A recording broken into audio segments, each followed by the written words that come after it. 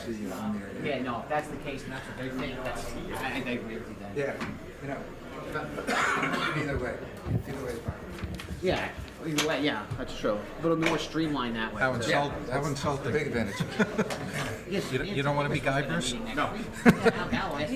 Right, he said we'll talk about it when we go back. Yeah, we have first. I have to print, you don't have, you have it on your iPad? I didn't print it out. Yes. Okay. You gonna take that mic? I might. That would be illegal. Okay, calling to order the November 29th Long Hill Township Committee meeting at 7:39. Y'all please rise for the Pledge of Allegiance. Pledge allegiance to the flag of the United States of America and to the republic for which it stands, one nation, under God, indivisible, with liberty and justice for all. Debbie, could you call the roll, please? Committeeman Dorsey. Here. Committeeman Maringolo. Here. Committeeman Paserchia. Present. Deputy Mayor Ray. Present. Mayor Schuler. Here. I am going to jump quickly to resolutions in the consent agenda, Yes, correct? sir. So let's do the consent agenda really quick, please. Anyone have anything to pull or discuss? Move 17-299 through 17-309 as stated in the agenda. Second.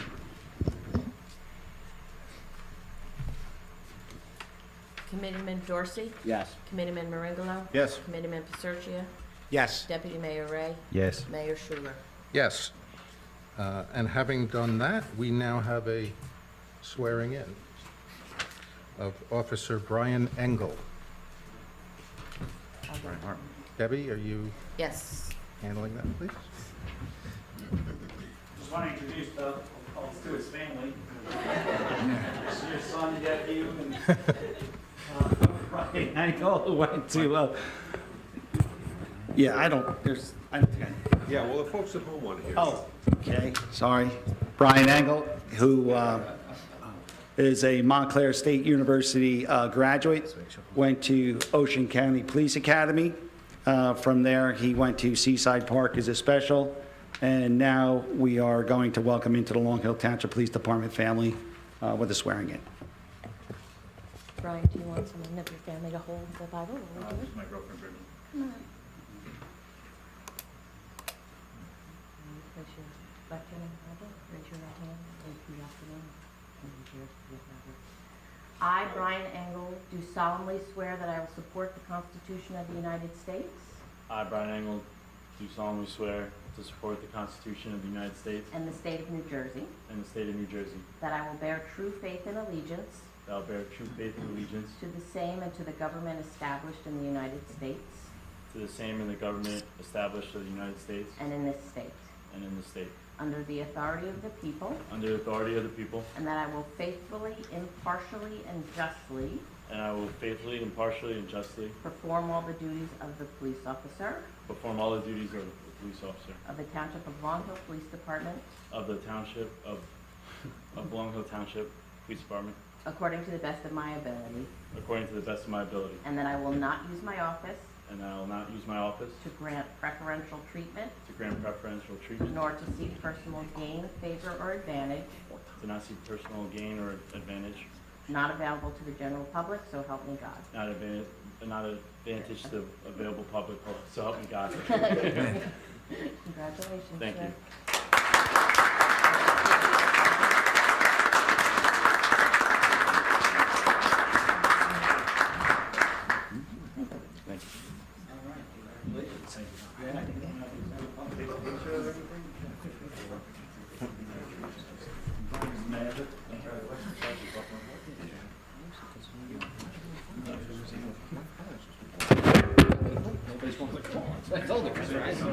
Thank you. Welcome. Thank you. Congratulations. Thank you. You're welcome. Be safe.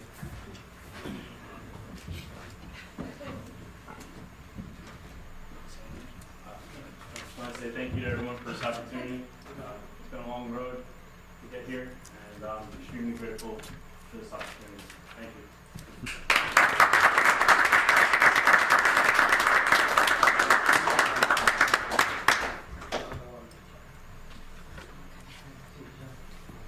You guys can stick around. We're just going to talk about sewers and stuff like that. Now? Wastewater.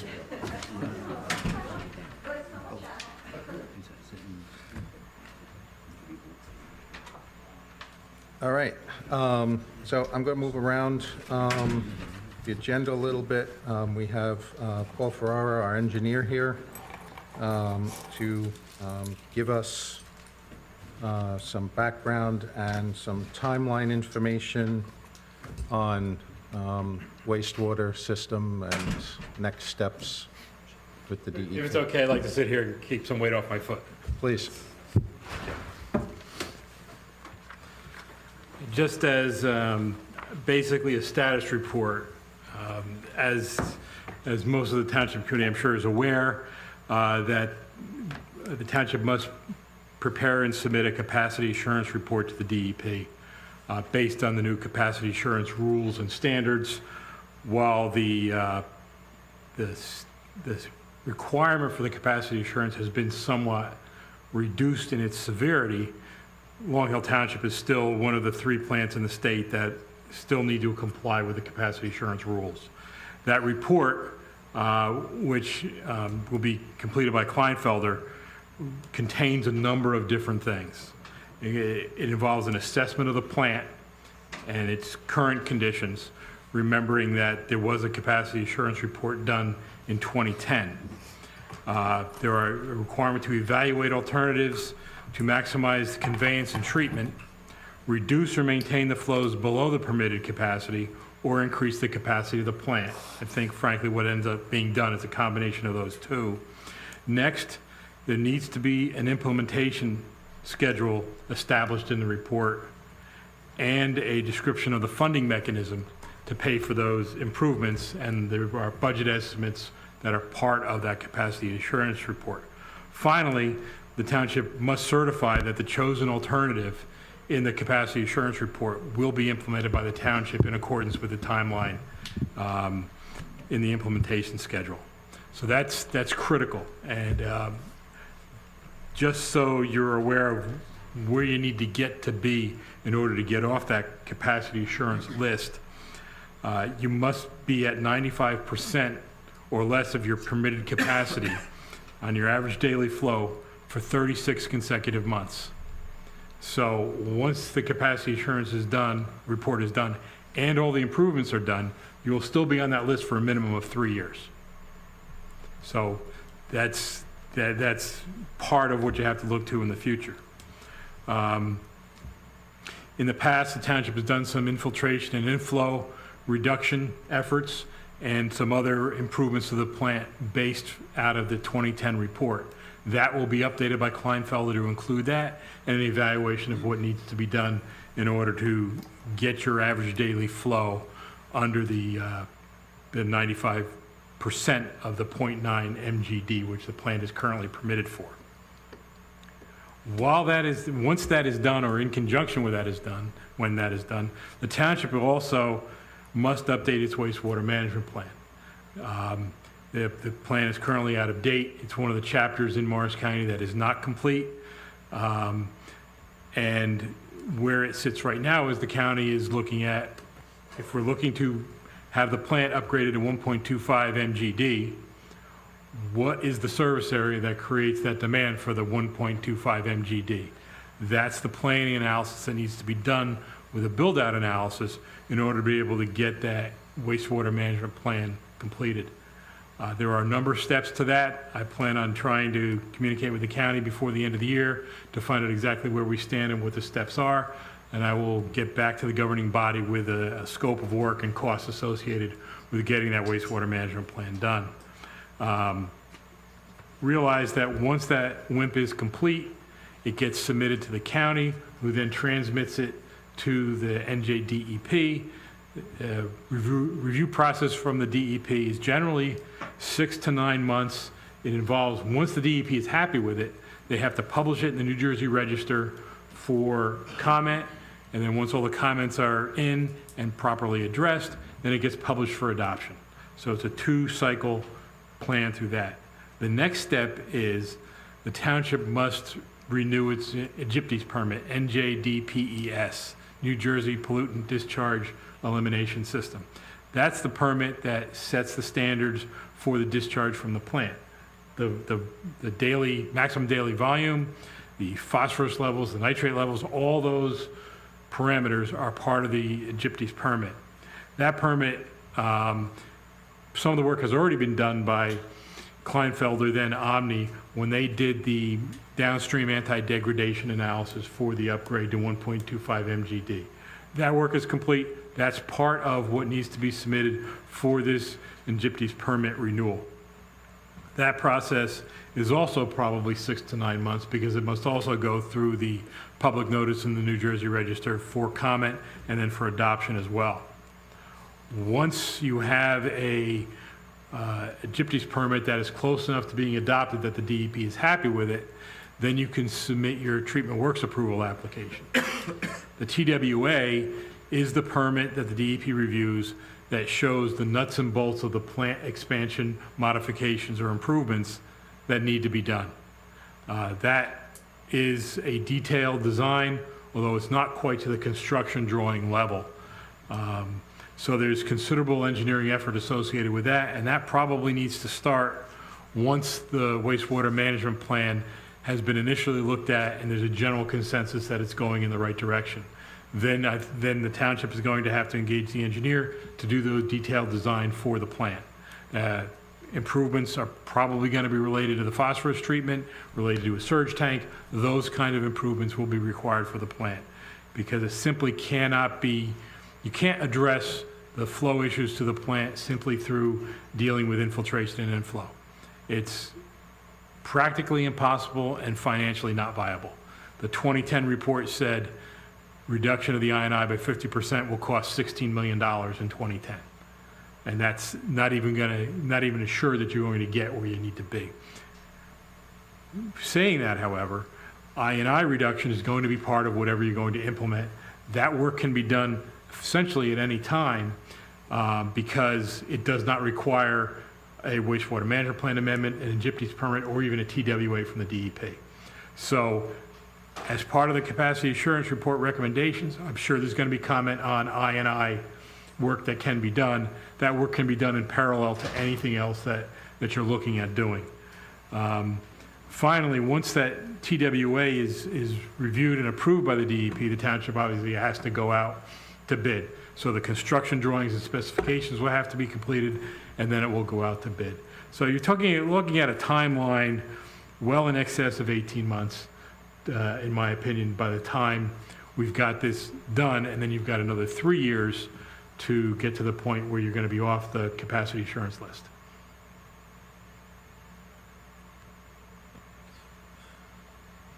Anyone have any questions?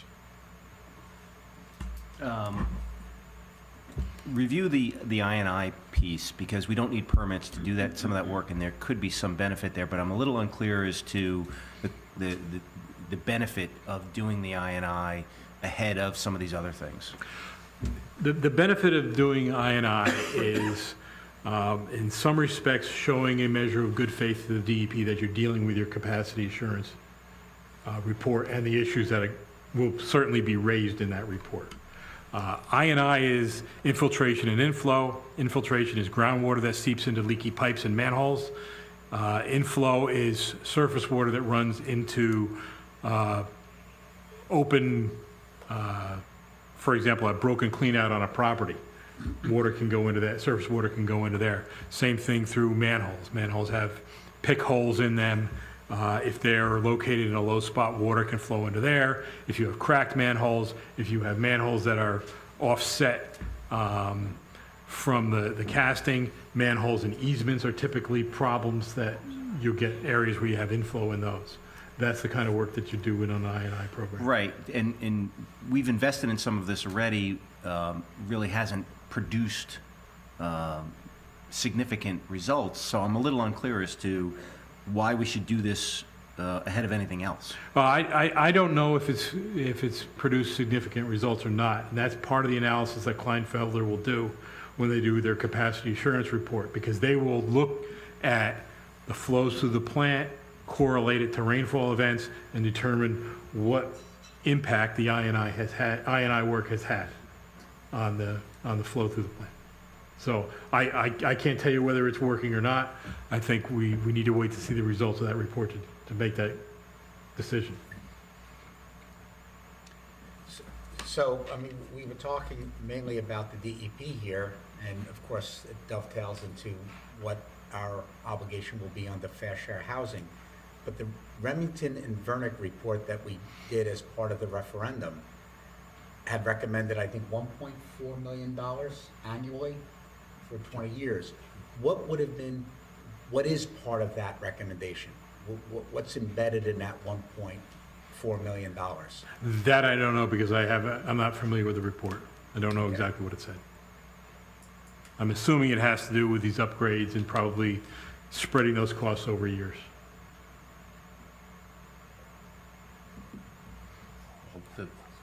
My understanding of that 1.4 was my understanding of the 1.4 was there was a component of I&I remediation in there, and there was a component of, this pump has hit the end of its useful life, it needs to be replaced. Oh, this, So it was really this lever needs to be replaced because it's reached the end. It was more generic.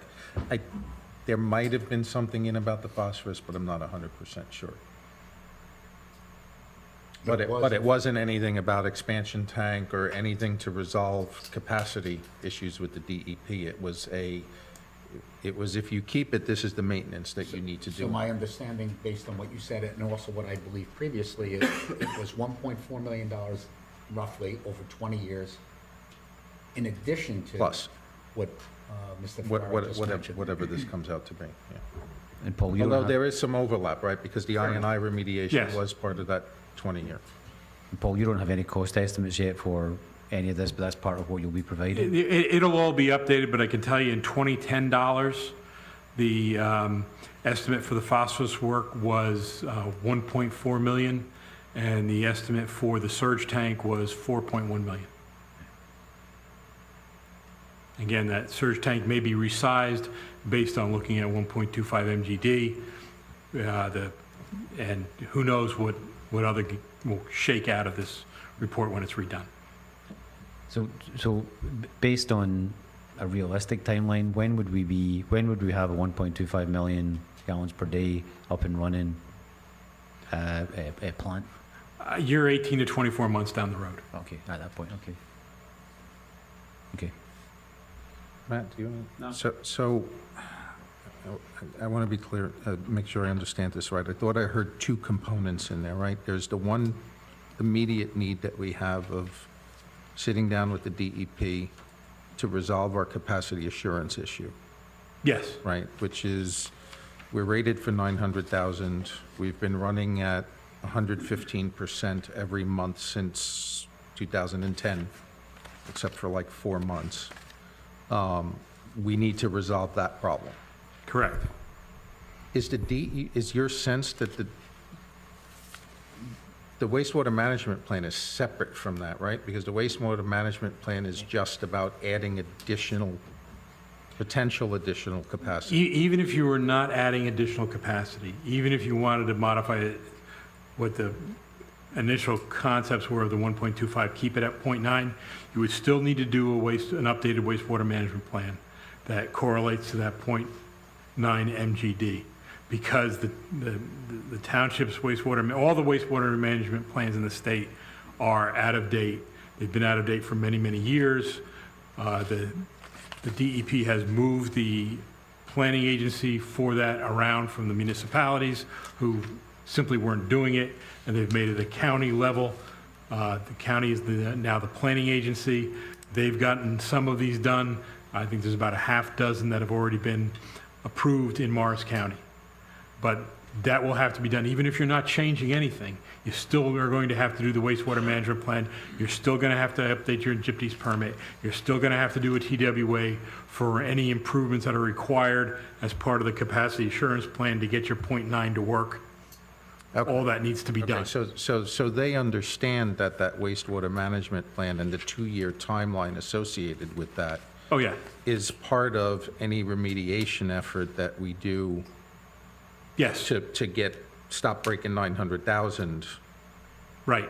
Okay, Right. so it's not like we have to figure out what amount of work we need to do now to get to 900,000 and then architect something else later and potentially throw out what we just did. Exactly, and I think that's part of the conversations we need to have with the DEP, where we let them know we're not just dealing with this .9, we're looking to move to the 1.2, so we've got to get all that fleshed out with the new wastewater management plan, and let them know that we're doing what we can, which is, as I said, that's why the moving forward with some I&I work, if it's going to be beneficial to us, is appropriate between now and the point where we're ready to go to construction on the plant expansion and the plant upgrades. Is it your sense that the DEP will be patient in that regard? I do believe that they will be patient, but I also know that when the new capacity assurance rules were adopted, they added very specific and explicit language that violations can be charged up to $10,000 a day for plants that do not comply. There was apparently some ambiguity about whether or not they could do that. They made the language very clear in the new rules that they have the ability to do the fines. Will they do it? I have no idea. I think good faith goes a long way with the DEP, but it is good faith. Okay. Well, we have, and we can't simply use the capacity assurance plan from 2010? No, it doesn't meet when they changed the capacity assurance rules and changed the thresholds, Okay, they changed the requirements for the capacity assurance report. okay. It has to be redone to meet those new standards. That was part of the give and take on this, that they were going to relax the rules on when you needed to do one.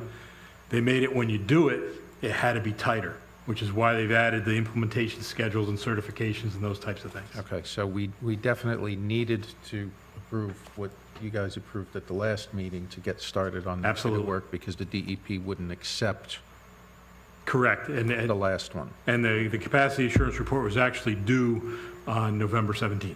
Right, which we had spoken to the DEP about already. So from a budgeting standpoint, we now have to work on the wastewater management plan, or we have to fund the wastewater management plan work. And the capacity assurance plan will give us budgetary guidelines for that work and a subsequent work, right? Yes, Okay. Which would be into January when we're doing our yes. budget? Okay. Do you have a range of what that, I wouldn't want to guess at this Number, point, maybe. but by the time you're through all this, you're well over $100,000 in engineering and permit fees.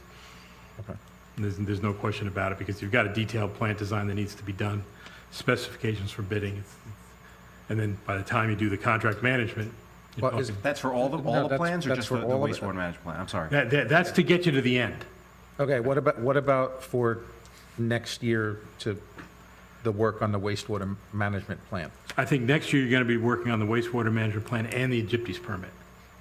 And I've got to get more information on what I think Okay. those costs are going to be. I can't give it to you tonight. And that's going to include potentially almost construction plans, but not quite construction. Well, the TWA is after the Egypti's. We might get to the TWA next year, I'm not sure. Okay. If you could, we'll need to know that timeline for budget season for sure. And I think some of that's going to shake out after the meeting with the DEP.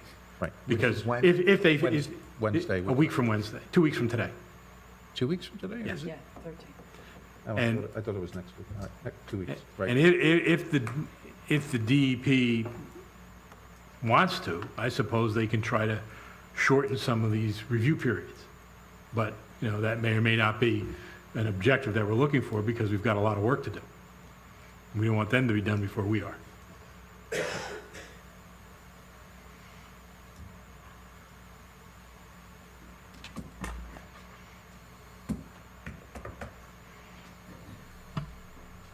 Any other questions? Not in terms of this, but I do have some questions and thoughts about how we're funding this stuff, from a budget standpoint. So I don't know if that's part of this discussion or if you want to hold that separately. You could start it with Paul here. We can start it with once he Paul here in leaves. case there's something that, It really has nothing to do with the engineering. Oh, I mean, okay. I mean, essentially, right now, what we're doing is we're billing the users of the system, and we're billing them based on usage, right? So, as we go through this work, we're going to be spending money, but to fund this, we have to bill it back to the users. So, do we bill it back to the users proportionate to their usage, or is it a equal share for the upgrades and improvements? Right? Because me as a sewer user, I paid $843 last year, right? But now if I pay for the improvements and stuff, my proportionate share would be different than an equal distribution of those improvements, No, so right? you're Because saying- the whole town benefits from the improvements, right? But we all use it at different levels based on our usage, right? So how do we go about the billing? Do we continue to go and bill a usage piece and then add on a sewer assessment for the improvements and whatnot? Or do we just bill everything based on usage, is really my question. it's an interesting discussion. Do we have the ability to use, Yeah, we do could, I usage? mean, you could change the flat Right, if it- rate, you you could know, change you- the flat rate fee, you could put a, you know, how many users do we have? 2,800? You could do X dollars Right. divided by 2,800 and flat rate it per Right. household, because. Like I said, this is not really an engineering discussion. Yeah, you're right. So, Yeah, yeah. but Just since we're on the record, it's probably close to 2,500, right? You have 12% of the town is septic. Or- Right, yeah. Right. Then you've got another issue. You've got certain entities within the community that don't pay sewer bills.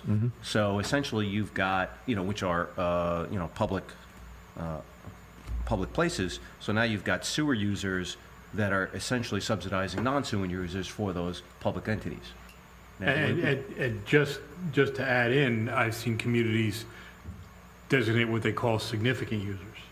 For example, you might have restaurants, for example, generally discharge a higher strength waste than a retail store. But don't we capture that with the usage-based billing? It's not necessarily It's by- related to volume either. It has to do with the strength of the waste. Oh, so it's by And it can type of require waste. more treatment in the plant. So because they're spewing chemicals in, they're charged a different, Right. oh, that's interesting. Right, so I think some of these things have to be flushed, I should then- say, should have to be talked through as we go forward. But since you started this conversation, it also involves nonprofits. Yeah. It involves the school system, which to my knowledge does not pay. Yeah, there's lots of disparities like that, where you have one group subsidizing another group, Paul, do you know if what happens in towns in general that have a sewer utility? Do the schools pay? Do the churches pay? All the ones that I'm aware of, they get bills. They do get bills, and I don't believe in, what about the fire departments? What about, As far as I know, everything I've seen, everybody gets a bill. so we might be a little bit exceptional in that regard. Not just in that regard. Just one Thanks. example. We'll take that in a positive way. Well, and then the other discussion is, do you do a sewer utility?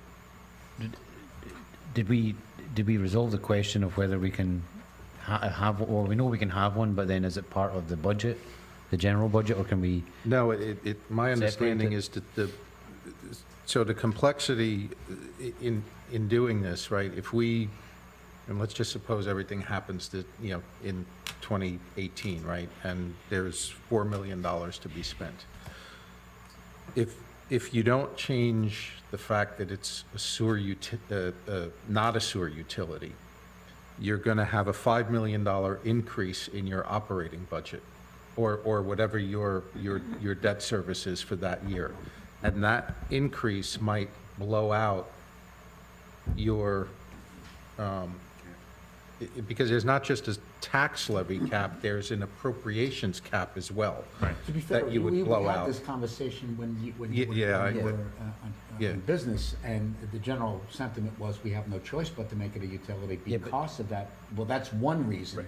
But there was a question that, Jack, you were going to look into whether it would count towards the 2% cap? Yeah, my or recollection was the separate? first year it does count toward the cap. Right. So the first year it does, but after that? That's my recollection. I'll confirm that, but Okay. I did check at the time. Okay. So as we go through the budget Yeah. cycle, there's lots of questions here in my mind. So we need to, so with that in mind, we need to take that decision of sewer utility or no sewer utility sooner rather than later because there's a 1-year lag time. Yeah, I don't think there's a doubt in my mind that we have to do that. And just a minor example, but an example nonetheless, and we talked about it again when you were not here.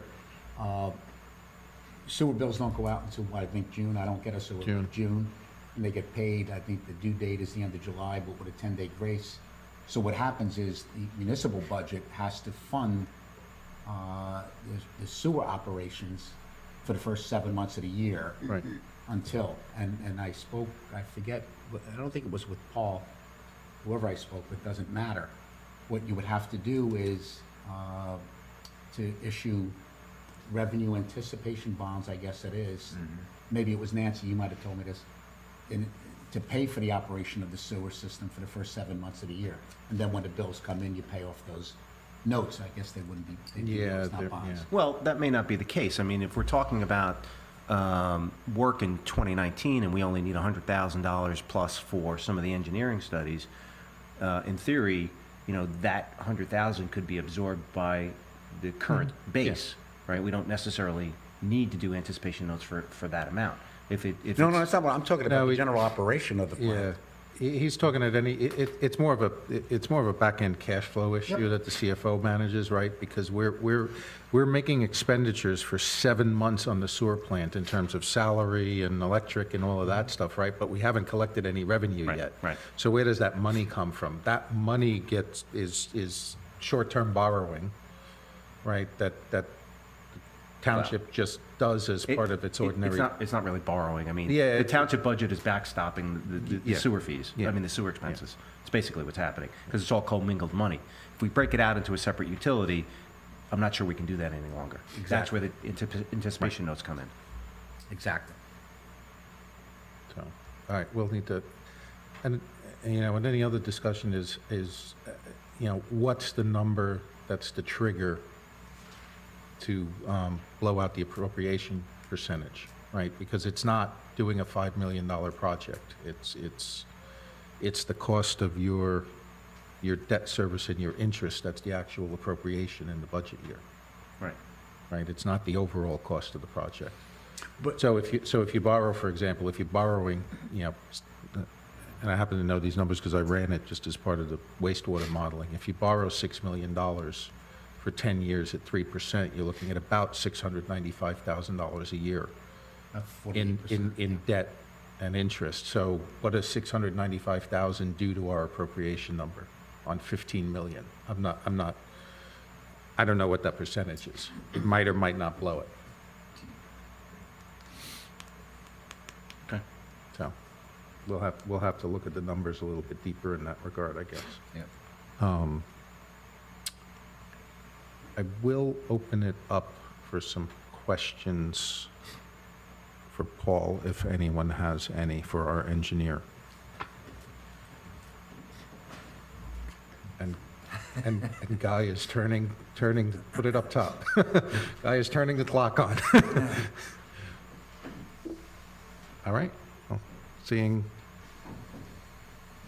all right, well, I said I'd open it up, Chuck, come on up. Chuck was in stealth mode. Charles Aronowitz, Millington. Specifically for the engineer, though, please. I asked the engineer, has any town that runs a sewer authority ever been fined for flow problems?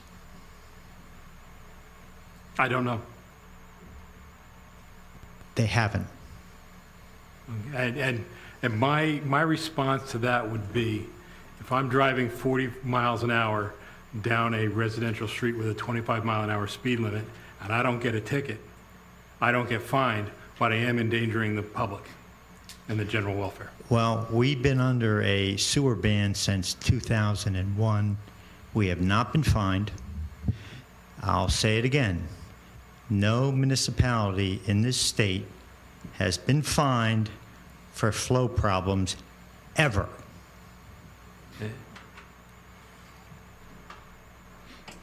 While we're waiting for the next I did say that the capacity assurance rules, which were modified in March, did make it more explicit that the DEP could do that. Understood. It was a little vague before. Just as a follow-up, I spoke to the enforcement officer, and his opinion was that we would not be fined under the 95%. He's a professional, and that's what he said. I don't want to start with scare tactics, but no municipality has been fined ever in this state for flow capacity.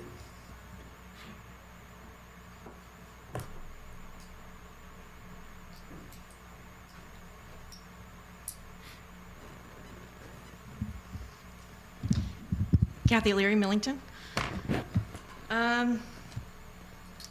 My question is, we're at 0.9, right, million gallons per day now? That's the permit. Right, okay. So we want to go to 1.25? That's the proposal, yes. Okay, so it's 350,000 gallons per day. We're gonna Increase, yes. increase. So where did the 350,000 gallons come from?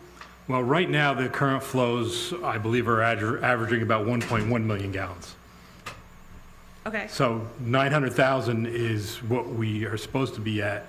We are, as the mayor said, at approximately 114% of that as our average flow. So we're well over what's permitted. The 1.25 is a number that was developed to deal with the fact that ultimately we need to be at 95% of that for the average daily flows for a period of 3 years to get off this list. And it also allows for the municipality's obligations as it relates to affordable housing. So that's 300 and something units we're talking about? 110,000 I don't gallons know. a day? I don't know. Okay. Part of, if I could just answer into that, part of the wastewater management plan is substantiating almost what is causing the 1.25 million gallon flow that you're asking? Yeah, and maybe that's the Right. clarification that I should make. The anti-degradation study that was completed by Omni said that the plant could be up to 1.25 MGD and not have the adverse downstream impacts. What the wastewater management plan will do, it is a planning document to show how much flow we need from that plant. If that wastewater management plan is done and ultimately says you need 1.15, well, that's all the wastewater management plan justifies. That's all you're going to get approved as your gypsies permit later on by the DEP. So I look at 1.25 as a cap. I think ultimately the wastewater management plan is the critical element to determine exactly what those flows will be. Okay, so that kind of goes into my next question, which is, what are the chances that the DEP is going to approve us for 1.25? You think because of the Omni study, which is now Omni and Kleinfeld, they're the same Yes. company, right? Yes. Okay, so the Omni, which is now Kleinfeld, their study from 2010, because that said 1.25, that's why we think that we could get. No, Omni was From the given the DEP? objective to do a anti-degradation study for up to 1.25.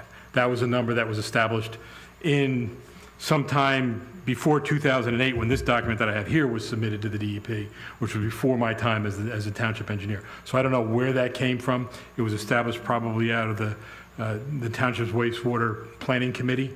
Probably came up with that number and told Omni, justify up to 1.25. In the subsequent years, basically 10 years since then, it's been a series of different things that have occurred. Rules have changed, requirements have changed, and right now we're dealing with the one of the biggest elements in all this is the affordable housing obligations of the township, and that needs to be dealt with in the wastewater management plan. As I said before, we have this on paper 1.25 MGD box. We have to show on a map what flows to that to justify that 1.25. If what flows to that is 1.15, well then when the documents go to the DEP, it's going to say 1.15 and not 1.25.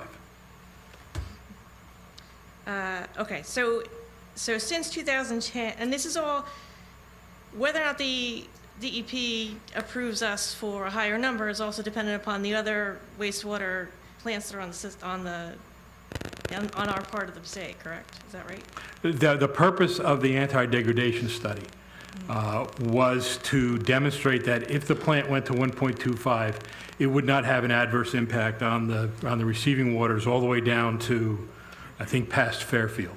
And it included analysis of new discharges and discharges that were moved along the river in that area. When was that study done? That was done in, this piece of the study was done in 2008. And is that still valid, or are we going to have to do another one of those, considering it's? I think it is going to be valid. I don't know. I know that while it was 2008 that this initial report was done, there were follow-on documents in 2010 or 2011, which were the ones ultimately approved by the department. So between 2010 and now, we've had the change in the regulations, right? Right. So there could be a change in that analysis.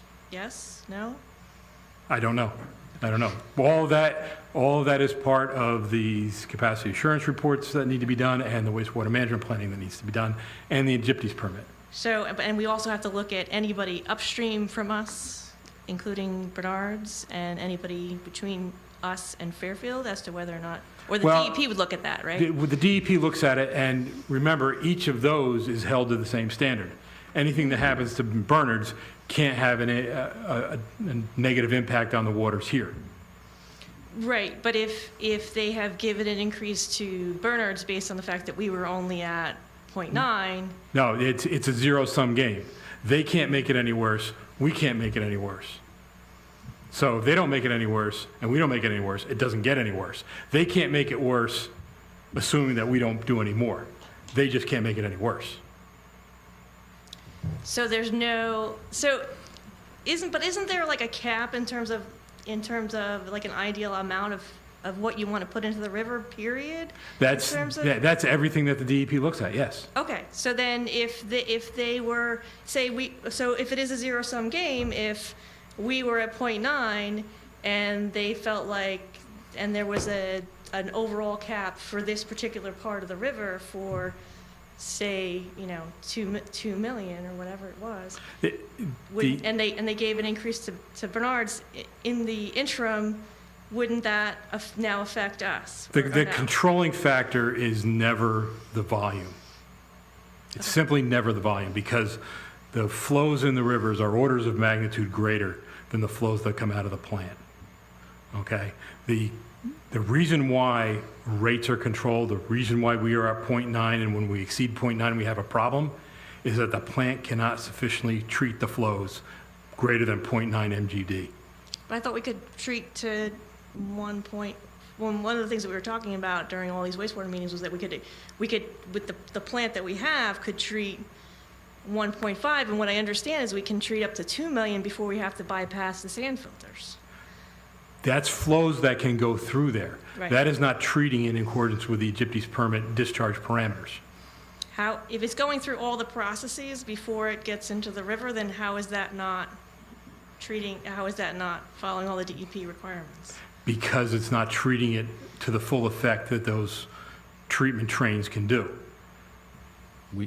I don't think we can handle 2 million. I don't know where that number came from. And the last time when it, remember the time it rained like a week or two before the vote? We were in bypass mode. We were bypassing certain things because the plant could not handle the flow. We were bypassing the sand filters. Right. So, which means it wasn't 100% treated. We'll call it that. Yes. It was disinfected, but not 100% I think the you were doing 40 miles an hour in a 25-mile-an-hour zone. I think the issue here is that, we have whatever that study was done 2010 that said it's 1.25 million gallons. we'll go with that. If they give us a hard time about the validity of that, they'll make us do another one, but what I'm hearing is it's probably going to be a valid number. They make you right-size your plant for your service area. That's what the wastewater management plan is all about. So if the wastewater management plant says we need 2 million gallons per day, And your plant can't handle it, then you have to reduce your service area. okay, so we reduce, we can't expand the plant Or to in- meet or 2 increase- million gallons. Or increase the plant. Let's use the 2 million gallons number. Say you come up with a wastewater management plan where the daily flow is 2 million gallons a day. If you can't do that, and that's more than you're currently flowing, that includes expansions of service areas and all other kinds of things. What the DEP is going to say is, you can't expand your service area. You can't do this, you can't do that, so you have to shrink your planting area so it goes back to what your plant can handle. But would an option exist to upgrade the plant to accommodate 2 million gallons? Well, that question is, will the downstream area be able to handle the anti-degradation analysis for 2 million gallons a day? Right, as of right now, it's 1.25. 1.25, we know we can deal with that. Right. We don't know what happens beyond that. Okay, so just, and thank you for those questions because that helps. So it's not an infant number. We can't expand the plant, but we just don't know what that number is. Is that accurate? We know that we can go to 1.25 and still stay under the anti-degradation parameters based on the analysis done by Omni Kleinfelder. Okay. I don't know what happens beyond that. They don't know what happens beyond that. Okay. And All right. is that 95% of 1.25? No. Is 1.25 95%? It's 1.25, but under the capacity assurance rules, you have to stay at 95% of that. Okay, So you can't give permits out to 1.25 MGD, 1.15 or whatever. whatever that number works out to be. Okay. Okay. All right, and I have questions about the sewer authority, but I can save those for later. Yeah, if you can save them to the end. Thank you. Go ahead, Jeff. Thank you. Yeah, and you. Charles Aronowitz, Millington, it raised a couple other questions. Given the fact that our capacity assurance report engineer was due on November 13th, and we have not responded, what impact will that have on us? I don't know. That's why we're meeting with the DEP in 2 weeks. But today is the 29th of... I understand We that. had 180 days to respond, and they're going to say, Long Hill, what are you doing? I mean, you've already established that your enforcement people say they won't fine the township, so I'm assuming they're not going to be fined in the next 2 weeks. And we'll have to meet with them and determine that. That's true, but I want to know what the implication is, given the fact that we've had a lack of response in the requirements when we had a 180-day notice. For the record, I've had extensive conversations with Kerry Flug. She's the Director of Government Affairs for the Department of Environmental Protection, which means she's about 20 levels above whoever it is, the gentleman or the lady that you said you spoke with. In Atlantic City, the engineer for the town, Mr. Ferrara, Bruce Marangolo, Committeeman Guy Pacercia, and Nancy Malou, the administrator, met with several people from the Department of Environmental Protection. So we have been in conversations with the DEP. And have we got anything in writing that we're excused from reporting the necessary timeframes? We're fine with the DEP at this point, How do we know that? because I just said I had a conversation with the person from the DEP, and people that were here, the ones I referenced just now, met with the DEP. We're not going to get fined tomorrow. It's not a matter of fine, Mr. Pacercia. What I'm worried about is the implication down the road for our lack of response. We're not going to get fined. I agree with that. Let me just fill in a blank here. It's probably the middle of October, I received a call from some of the wastewater management planning people at the DEP, and frankly, the guy's name escapes me at this point. But he asked me, where do you stand on your capacity assurance report? Where do you stand on your renewal of your gypsies permit? Where do you stand on your wastewater management plan? I told him the township was, had the plant sale on the referendum, and we would determine what's going to happen after that. And he said, okay, let me know where you're going after that.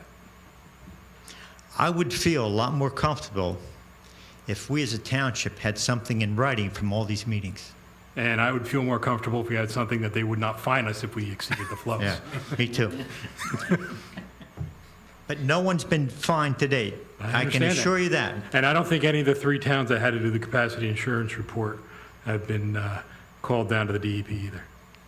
Okay, moving forward, assuming we eventually get this capacity assurance report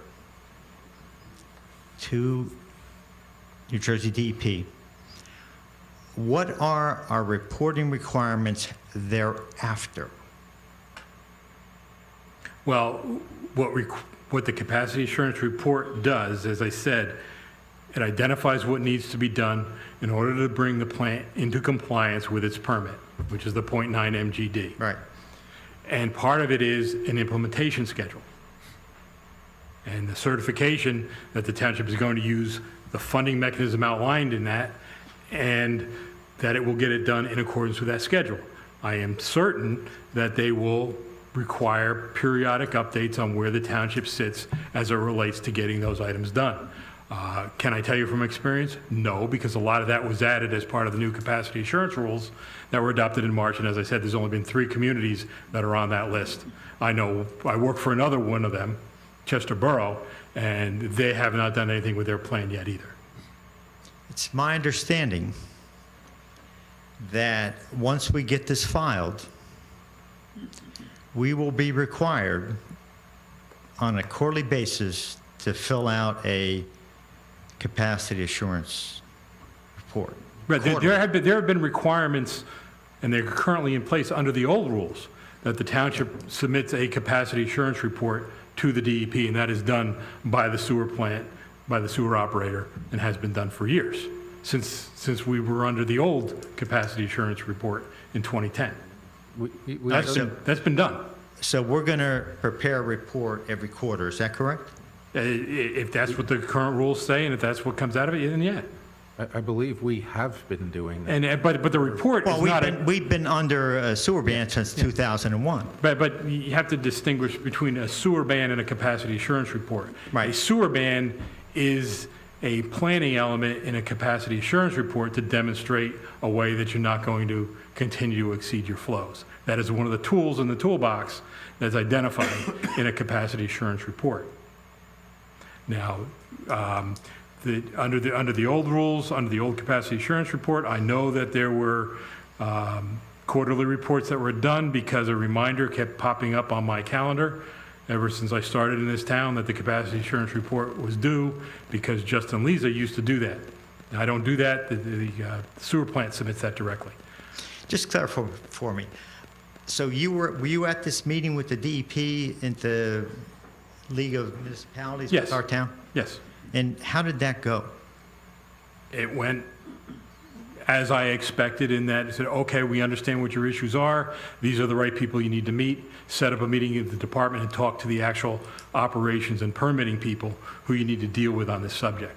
We met with high-level people who while they understand who has the authority and who are the decision makers in this, they are not in the weeds on the process. So they basically are facilitators, so we can meet with the right people to get the answers and move forward. Okay, so we're meeting with the people in the weeds in 2 weeks. Is Yes. that right? Yep. Here, down there? In Trenton. Okay. Who's going to that, just out of curiosity? I'm going, I believe the mayor's going, and I believe the administrator's going. And that's scheduled for Trenton? Yes, noon Okay. on the 13th. 13th of December? Yes. Thank you.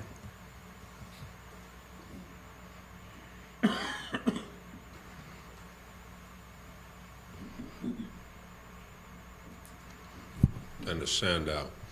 I was very pleasant pleasantly surprised to hear the way you described the futility of I&I, combining both its effectiveness and its financial problems all into one sentence. Can you remember that sentence? I don't remember that sentence, but I can tell you that I&I is important, must be addressed, but it's not the final answer. It's too expensive and it's practically impossible to get it all out. And one of the members of the Township Committee asked if you knew how much the I&I was in the study. And don't look it up. I'm about to ask you another question. Are you aware that the study says it's $813,000 a year? See, I'm asking questions. No, I don't, because I'm not sure what report you're looking at, but the 102-page report from February. Okay, I'm looking at the executive summary. That's the, I apologize, now, I just woke up. The $813,000 was part of the 1.4 million? Yep. Yes. Yep, now I remember. Yes. Yes. And so 813,000 times 20 years, that's $16 million of I&I, which is somewhere between a half and 2/3 of the total projected capital outlay. Mm-hmm. Do those numbers make sense to you? I'm not familiar with the numbers, so I'm not going to make a determination. Then I can't ask you any more questions, can I? Suffice it to say that depending on how we treat I&I as a remediation issue, we may not spend anywhere near the $24 million to fix the plant. Well, I think you have to address I&I to more than an insignificant level. I think there's going to be significant funds dealing with I&I. The 2010 report from Omni estimated that the average flow rate of I&I was 430,000 gallons a day. Wow. Jesus, that's half our rating. Okay. That's a lot of flow. You've got to deal with it. Okay. But I guess the significant technical question is, do we really know how to control it, other than attempting to line the There are pipes? ways to control it. You will not eliminate it. Right, okay. Thank you. Thank you, Dennis. Seeing no other questions, Paul, thank you very much. Unless anyone else up here has a question for Paul? Thank you, Paul. Good night, everybody. Thank you, Paul. And we will move back onto our regularly scheduled agenda items. Liaison reports. Bruce? Nothing to report. No, I'm skipping you. No, want me to go last with my major report? Yes, I'll let you go last. Major report? Liaison. Liaison. Oh, yeah, thanks to everybody that donated, I think, the Friday after Thanksgiving, the Sterling Fire Department did their coin toss. And keep in mind, Millington's doing one, I think, this Sunday. Saturday, same bat time, same bat location as Sterling. So as they said in Coming to America, they'll take the money that jingles, but they prefer the kind that folds. So open up your wallets and get out there, everybody. Thank you. Oh, yeah, and one more thing. Don't forget, with the styrofoam, with the holidays coming up, there's a lot of styrofoam with gifts and things like that. Please recycle it down at DPW.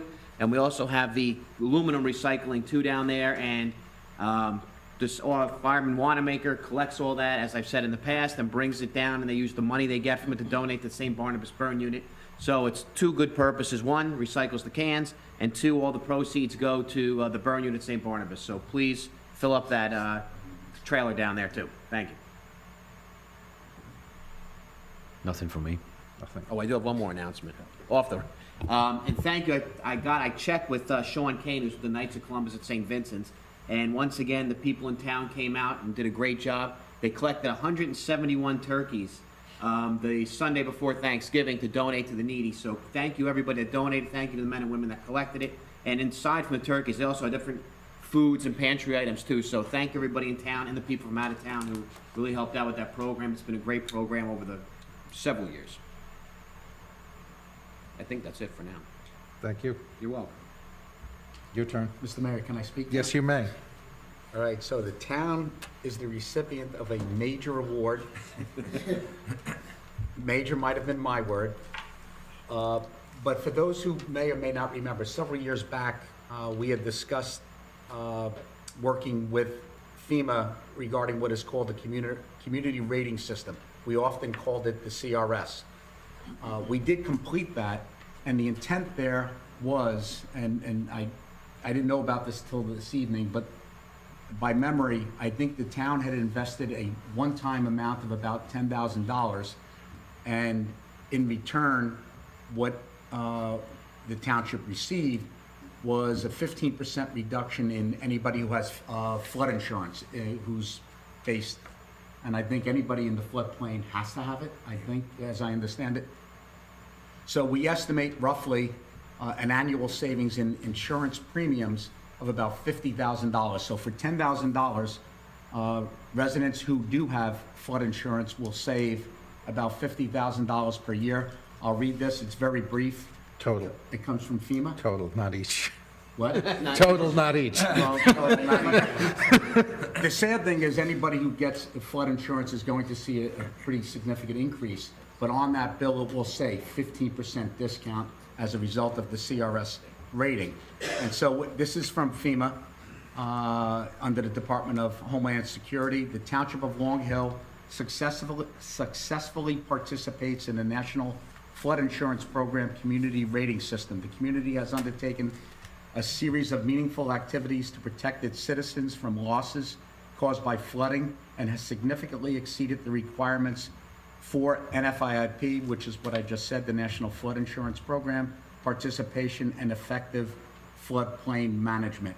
So even though the mayor scoffed at this award, it is a significant savings to the residents in this town, and of course it protects property and provides some safety to the residents. So well done, I must say, to my colleagues. Okay. Moving on. Ordinance 406-17 for first reading.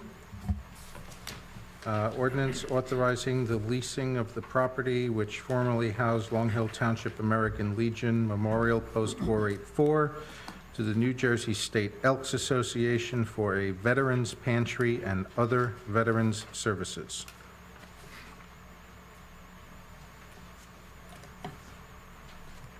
Jack, I'm a member of the Elks. Should I abstain from this? Yes. I'm a prospective member of the Elks. You don't need to recuse yourself. They may, I think they're lowering their standards, so I may be accepted.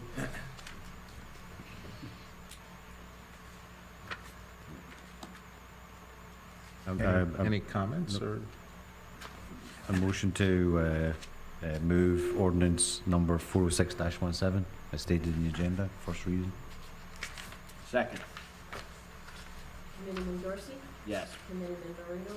Abstain? Committeeman Pasurcia? Yes. Deputy Mayor Ray? Yes. Mayor Schuler? Yes. And that would be second reading on December 29th. Yes. And that is, just for everyone's reminder, that's an early 8 a.m. meeting. Ordinance 407-17, ordinance concerning uniform fire code fees and amending Chapter 27 of the Township Code entitled Fire Prevention. A little background on this one? The state Please. is requiring us to raise our fees. That's the background. Okay. Yeah, this came from the fire official. State fire official. Or No, local, our- based on the state regulations. Okay, so this is state regulation, we're just changing our ordinance to match the state regs? Correct. Yes. Okay.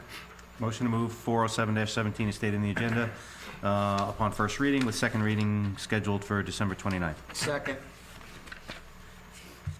Committeeman Dorsey? Yes. Committeeman Barrington? Yes. Committeeman Pasurcia? Yes. Deputy Mayor Ray? Yes. Mayor Schuler? Yes. Ordinance 403-17, an ordinance adopting a no-knock registry and supplementing and amending Section 4-3 entitled Canvassers, Solicitors, and Peddlers in Chapter 4 of the Township Code entitled General Licensing. This is for adoption, so any comments from Just a you question, upon passage, how can residents implement their participation or gain? I believe that they're working on the administrator's working on the sticker, and that then the police department is going to start I guess we can set up something on the website maybe too, on the PD website for people to register for the no-knock. Okay, so could we get sort of an action plan put together for maybe next meeting or early January as to how to implement this? Yep. I'll move ordinance 403 hang on, gotta open it to the public. Oh, I'm sorry. Opening up ordinance 403-17 to the public for comment. Charles Aronowitz, Millington. Question, so is everybody a no in the town, or do I have to initiate that I don't want to be bothered? How does that work? I think you're going to have to initiate from... Yes. You have to put your name on the registry. You have to opt in. Post the sticker. Can we do it in reverse? No. That would- Legally? No, I think we'd run into constitutional problems. Yeah, there's First Amendment issues with that. All right, so we have to say no. Right. You can't tell me we're all no and Right. I want to be Correct. yes. Okay, thank you.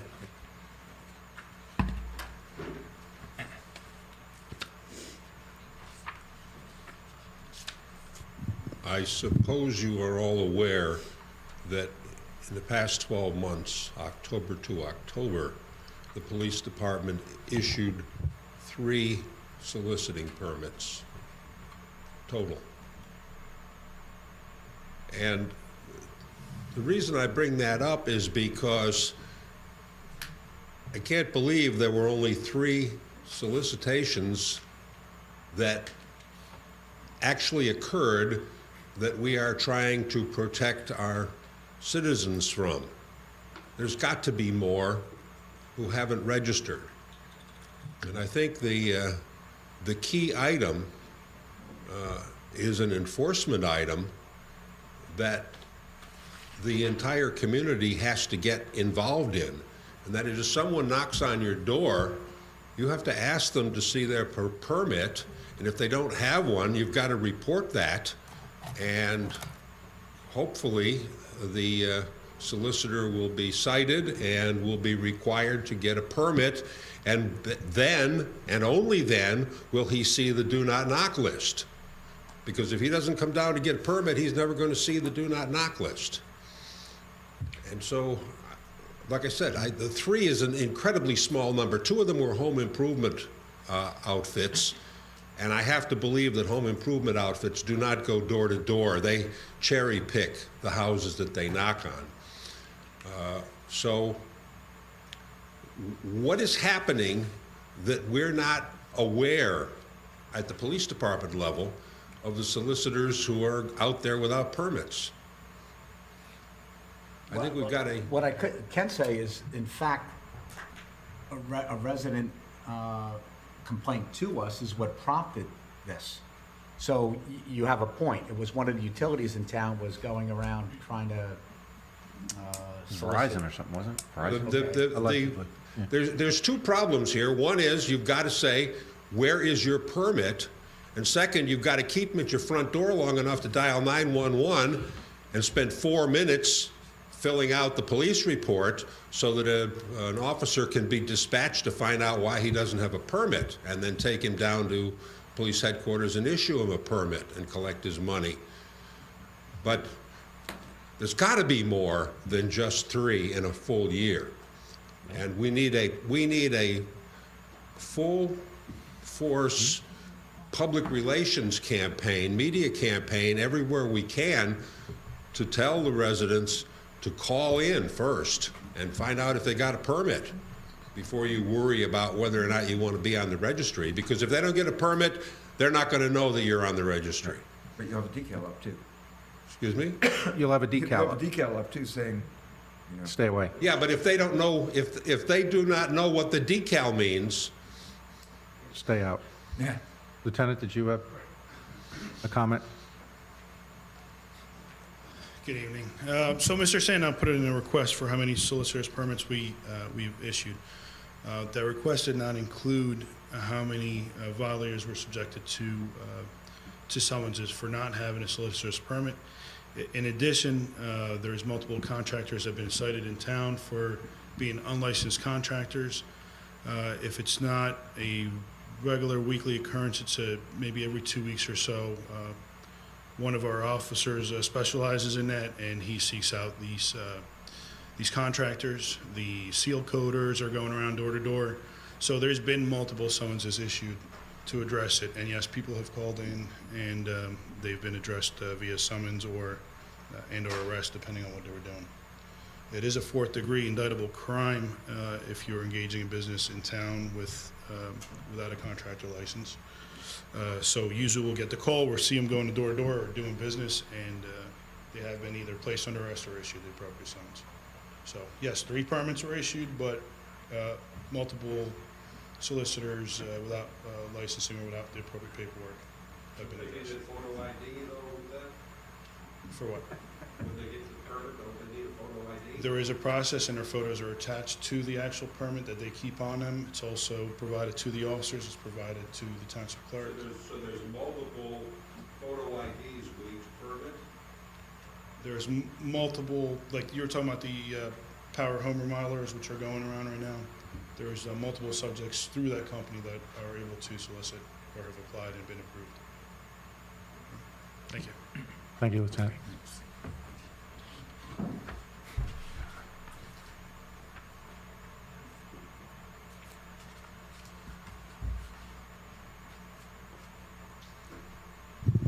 So, I'm kind of dovetailing on not what Dennis just said, but what he was objecting to the last time this came up, in terms of who does this apply to.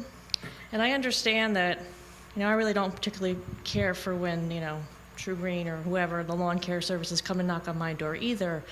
But I have to say that I had a neighbor knock on my door recently before the election, and she was, she had a particular candidate she wanted to talk to me about.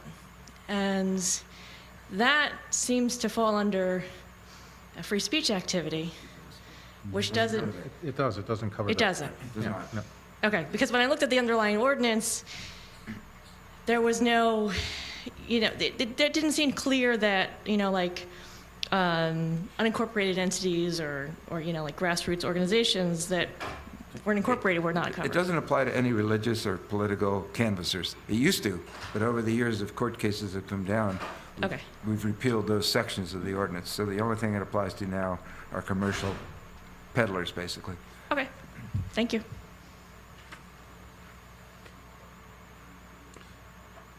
Seeing no other comments, I'm closing comments for 403-17. Move ordinance 403-17 in the agenda upon second reading. Second.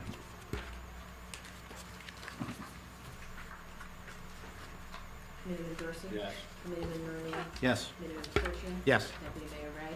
Yes. Mayor Schuler? Yes. Ordinance 404-17, creating the position of Planning and Zoning Coordinator and supplementing and amending Chapter 2 of the Township Code entitled Administration. This is for adoption, I believe. Any It is. comments from the committee?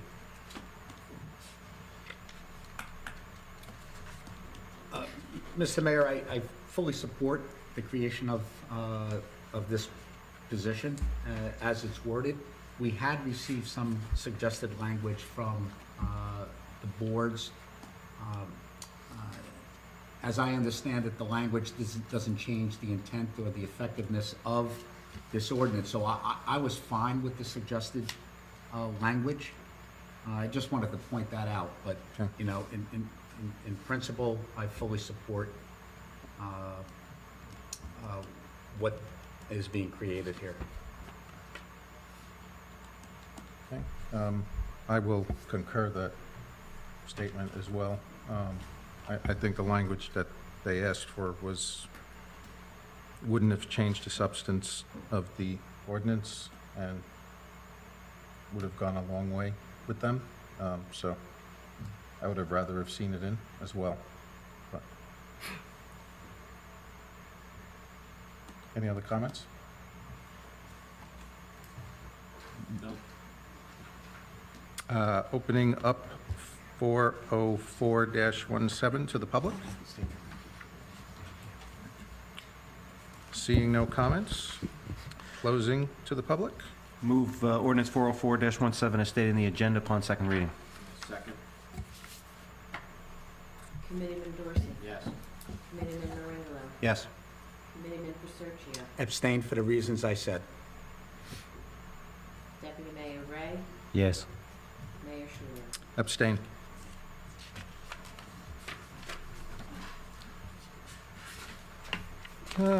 Discussion items.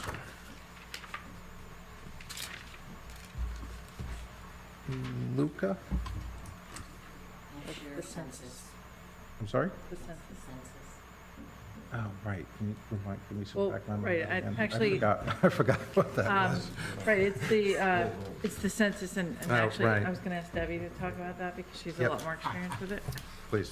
So while Administrator Henry was here, he sent me off to one of the preliminary seminars. It's an extraordinary amount of work required with pretty high levels of security with the people assigned to do the census, the computers, security requirements, because the big thing is that the people in town who are basically affirming the addresses of the places in town, and the people have access, and that data should go nowhere. So when I talked to the seminar head, the county is also running the same thing. So what he said was many towns of our size who haven't had a large amount of growth or development, it's not unbeneficial to let the county run their numbers and addresses in off their books, because it's a big process to go through. I have a lot of the paperwork, and there's seminars you have to go. I don't know who you would want to do it. Right. The seminars are starting. If we had, for instance, if we were the next one that we've had now, maybe some of the COA units in that were going to significantly or partially, then I would say maybe that we were going to do it in-house. But I think going forward, and what Neil thought is that it'll be covered accurately by the county. So you guys know what this is? So we received a letter from Luca. Luca, The census, right? They're doing the census in 2020, and they wanted to give us an opportunity to ensure that the address sets that they're using for where they're going to be mailing out the census forms to is in fact accurate. When was the last time they did the census? 2010. Oh, so it's not that long ago anyway. Right, and there hasn't been much change, but we should still validate, but, so I had sent it off to let some folks investigate, and it sounds like if county's doing it, We don't need to. do we think that the small organic growth and reductions, actually, if you consider the houses that we bought out in the floodplain, right, was there enough, right, I so don't was think there any new enough houses came in, though, since change 2010. to do it ourselves, or do we rely on county? Yeah, there's Well, probably here and there. Also, I do have a staff member attending a webinar on this tomorrow, so if Okay. you want to hold off and see if there's any additional information that, Okay. might come out of that. Yeah, just to ensure we get counted correctly, right? Yeah. I mean, So she'll put a report together that we'll get Okay. to you. thank you. Old business? Not yet. Getting there. New business.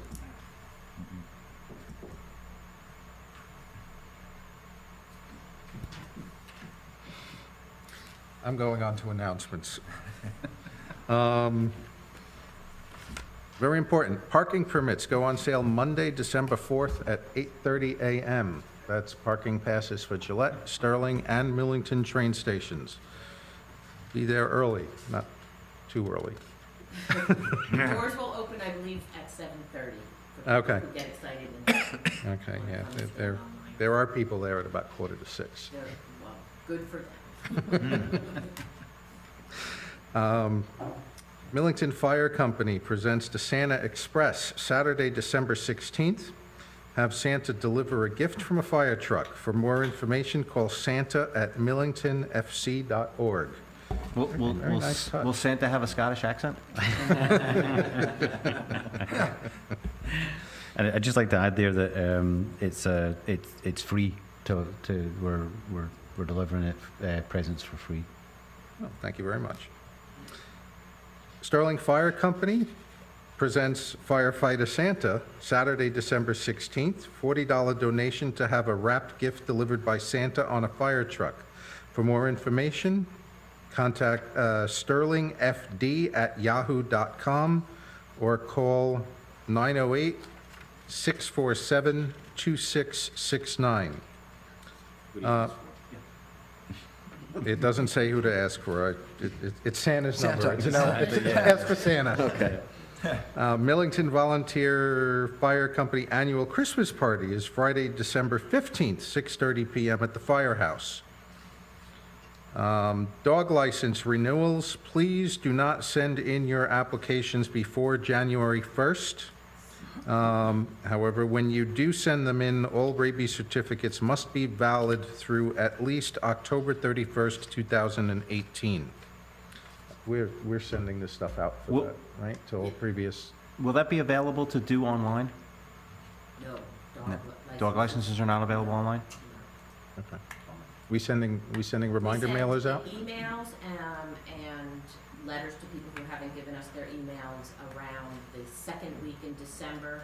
Okay. Please do not send in your applications earlier because we have to send them back to you because by state statute, I cannot hold on to that until the beginning of the year to issue.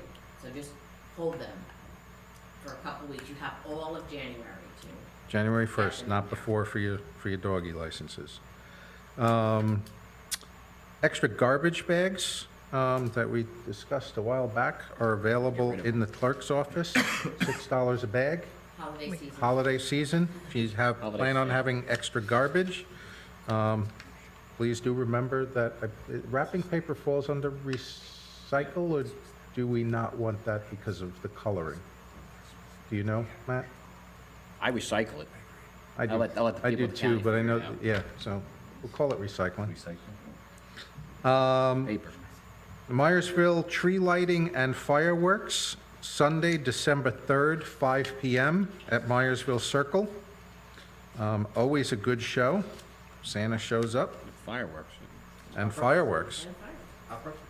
And hot pretzels, right, we got hot pretzels. Cooked by the mayor and Bruce. Yep, and guys standing around for moral support. I deal with the, and I handle. He does line management, that's a From Board of Health, December flu shots for ages 4 through adults, Tuesday, December 12th, I'll get it in a minute, 3:30 p.m. to 6 p.m., Bernards Township Community Center, 289 South Maple Avenue, Basking Ridge. Cost is $25 for residents and $35 for non-residents. Thank you. And no charge with a valid Medicare Part B card. So if you want a flu shot, there's a place to go get one. And now comments, meeting open to the public for comments on any matter. If you could please keep it to 3 minutes. I'll spit that out.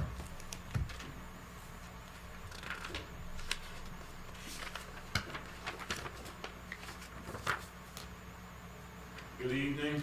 My name is Joe Ferrandino. I live on Chestnut Street. You made mention about the buildings that we bought, was that Mercer Street? 3 buildings? And they put up a brand-new house. It was supposedly in a flood zone. We didn't. We didn't buy Well, who paid for those houses? Yes. Oh, the town. Those were Blue Acres funds to take them out of the wetlands, or the floodplain, excuse me. But there should be, but there's nothing built there anymore. I know, there's a new house on the corner, though. That doesn't count. Not on that property. Yeah, that property, no, because there was no structure on that property, the township did not acquire it. I'm confused. The town or the county or the grant money spent $750,000 to buy 3 or 4 houses on that street because it's in a flood zone. And then nobody questioned the builder as to why he wanted to build a house on the corner of the street that's in a flood zone. You're accurately describing the scenario. Yes. And We can't stop. We can't. can't stop him, Yeah, I know. but I don't want to fund him because when he goes belly up and that house floods, who's going to pick up the tab? I just don't understand this. I don't grasp the concept that we couldn't have these houses there, but we could let somebody build a new one. And why would a builder find it feasible, profitable, to build that building? And no questions asked. It's not the town's business, not the county. And this is why I say that the spending of money, I don't know if any of you are in business, but if you had to run a business like this, you would not be in business long because the bank, once you default on one loan, will not give you another. It seems to me, from this small town, through the county, and through the rest of the state, it's nobody's money. It doesn't matter because it's nobody's money. Keep fleecing the taxpayer. And unfortunately, the taxpayers are voting with their feet. I don't know if you've noticed the mass exodus out of Jersey. Okay? This is something serious to consider while you're worried about, and again, I hate to keep hopping on it, the Tombstone Park, the dog park. This is stuff that is not, if you wanted to put up a pool with a tiki bar, I'll give you my money. I would be there and patronize it, and you would make a profit off of that, off of me especially.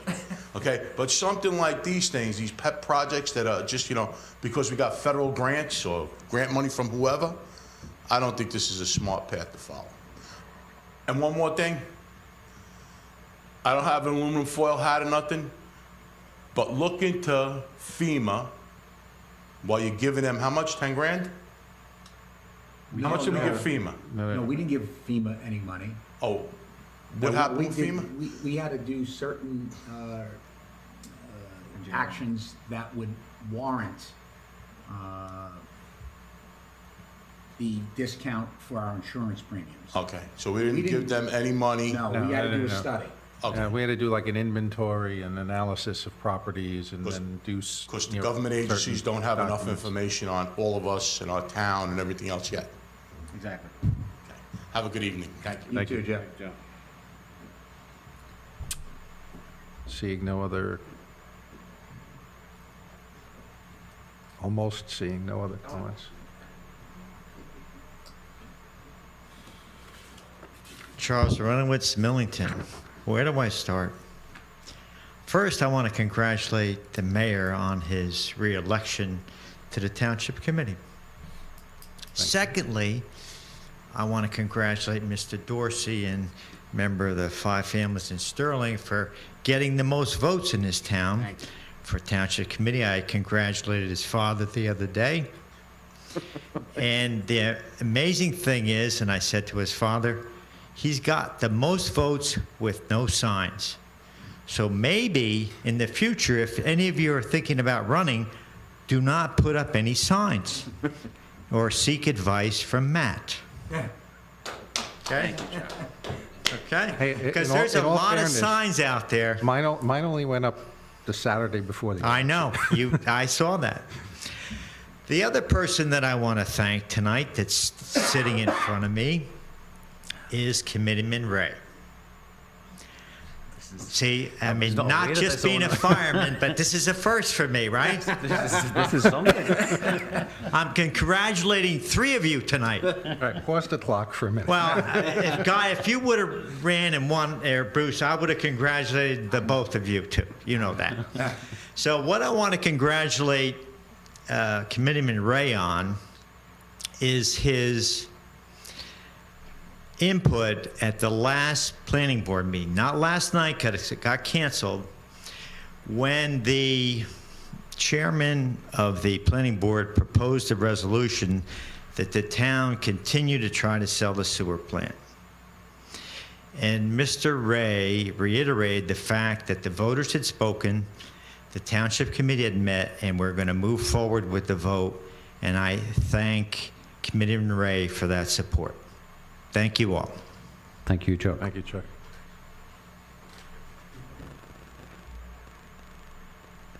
Here, I thought you were going to thank Brendan for losing all remnants of his Scottish accent. I wasn't a witness to that. Yes, and Cornell, I thanked you in an email, but it's nice to get to thank you, to congratulate you. Sorry, congratulate you in person. I have a question about the sewer utility. How much will that cost for us to set up? Not much. It's an accounting maneuver, really, nothing more. I don't think there's anything more than some administrative costs to file the paperwork. There won't be any legal fees for bylaws and Minimal, no Yeah. bylaws. There'd be an no ordinance. bylaws. Yeah. So how will that? I mean, sewer authorities usually. No, it's not going to be an authority. No. Okay. An authority is a separate body that's created with its own members and things. This is just going to be really a bookkeeping device. Oh, so like a separate account. Correct. Right. Okay. Basically. That was my next question. Okay. And then, so this increase in the flow that we're asking for, right? Now, a lot of that has to do with the development, correct? Yes, we're not asking for it yet, though, right? Okay. The first step is that sitting down and discussing the capacity assurance, well, getting a capacity assurance plan, which is what do we need to do to be at 95% or less today, right? Then there's the wastewater management plan that they have to put together, which is, basically Long Hill on a map, right? We think we're going to put some stuff here. We think we're going to put some stuff there. We think there might be some other stuff over here. And there's a whole predetermined set of ways to do that.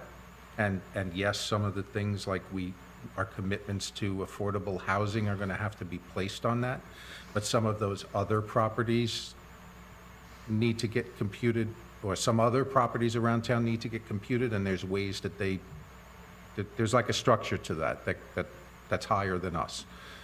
And then you come up with, okay, based on that, this is what we project your flow number to be. And that's the number that you're then allowed to apply for. You can't just apply for 1.25 because we want to apply for 1.25. There has to be a substantive demonstration of the possibility of 1.25 based upon what your master plan is calling for. Well, if I could ask a question myself, isn't it the wastewater management plan determines what the number is? Yes. Whether it's Yes. 0.7 or 0.2 or Yes.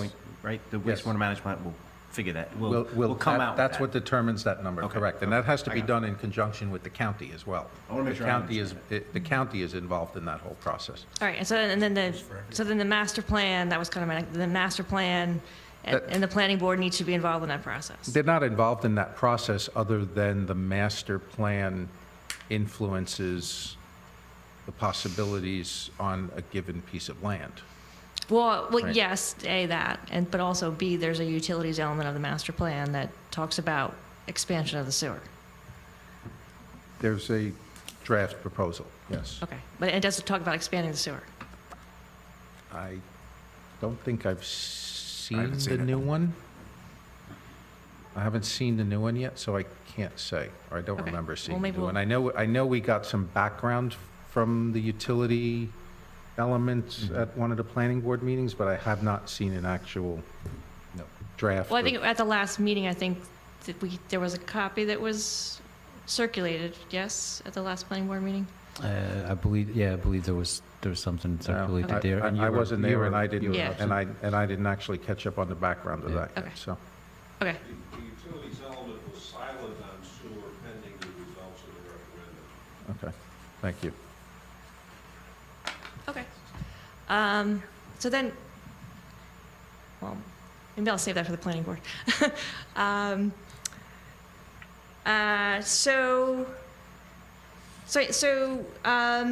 In terms of paying for the expansion, now the developers would pay for part of that expansion, yes? Sorry, say that, The developers would pay for either the sewer line expansion, the sewer line extension, or the expansion of the plant. No, they just pay their connection fees, yeah. so they don't pay directly for the expansion of the plant. The connection fees are meant to cover their fair share of capital improvements to the plant over the years, not just future improvements. So the connection fee might be higher if they needed, No, if we it's based needed, on, it's based on number of stacked. units and number of bedrooms. So the connection fee rate is what now, 10,000 and change. 10,200 or something like Something like that? So that, if 10,000 and if change. someone comes in and builds 100 apartments, they'd have to pay 100 times Correct. 10,200. and that, what the 10,000 is based on how many, a number of bedrooms, a number of Stat- bathrooms? There's a formula in the state statute that takes into account present debt service and number of connections, and it's a complicated formula, but it's ranged from 8,000, it's gone up from 8,000 to 10,000 and change at the present time over the years. But it's a state formula that we have to follow. And is that based upon Yes. So if our The debt, CFO calculates it based on so the if our state debt formula. service goes up, that then fee that will go rate, up. then that fee goes up? Correct. Okay. Okay, but the 10,000 is for a single-family home, right? Correct. Okay, so it would be different, there's a different calculation For an apartment?